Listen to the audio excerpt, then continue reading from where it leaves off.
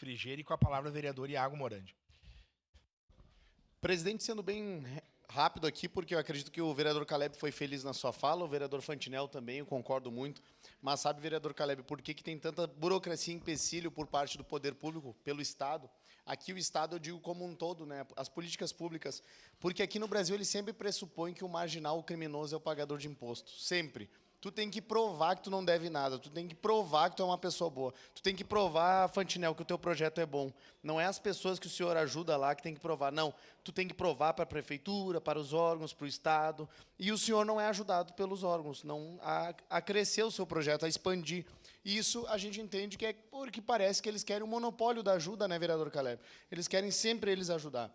Mas a gente não pode esquecer que um braço forte que ajuda muito, por exemplo, são as igrejas. A gente não pode esquecer que são as ONGs, né? E aqui eu até concordo uma parte do que a Rose falou, ela disse ali sobre as políticas de Estado, né? Eu acredito que no Brasil a gente deve ter, sim, política de Estado, que é diferente de política de governo. A de governo, ela se encerra quando assume um outro governo. E aí vem uma pessoa ali que não concordava com o presidente antigo, por exemplo, e corta os benefícios bons, tanto de um lado quanto de outro. Então, se a gente tiver uma política de Estado, como os países desenvolvidos têm, como o Japão tem, como Singapura tem, como os mais desenvolvidos têm, coisa para 10, 20 anos, ela não vai se apagar quando entra um governo diferente. Sua parte, vereador. Muito bem, vereador Iago. Exato. Eu compartilho do mesmo sentimento. Eu acho que não é porque o poder público pode fazer alguma coisa que ele tem que monopolizar a ajuda.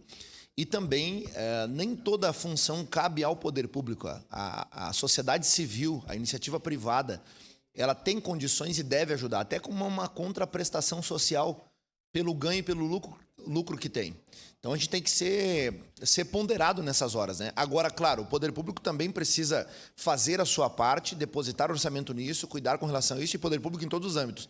Que, inclusive, né, diga-se de passagem, para você fazer um registro aqui, Caxias do Sul paga a conta social da cidade, o município de Caxias paga a conta de Caxias do Sul em 93%.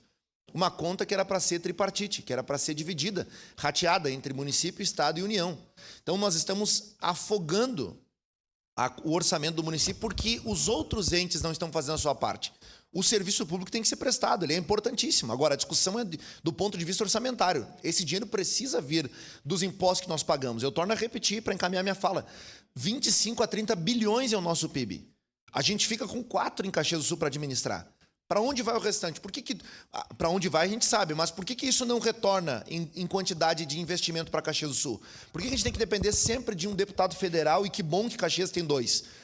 Mas os colegas aqui defendem, e eu também defendo, que às vezes a emenda parlamentar ela quebra com o orçamento, só que acaba que a emenda parlamentar hoje é recurso extraordinário para muita prefeitura.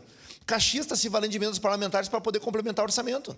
Então a gente tem que fazer uma discussão importante do ponto de vista seguinte: Caxias do Sul e outras cidades do estado precisam receber a altura da sua contribuição. A vereadora Estela falava comigo aqui nos bastidores uma coisa que eu tenho a mesma frase: Caxias vai na contramão do Brasil.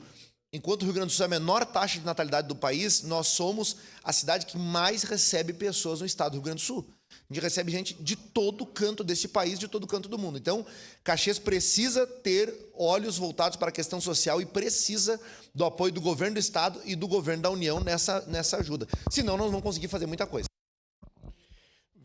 Pois é, a gente manda para a União 26 bi, recebe só 11. Eu sempre bato nessa tecla do Pacto Federativo. O senhor quer uma parte, Jack? Tá de boa? Tranquilo. Seria isso, presidente.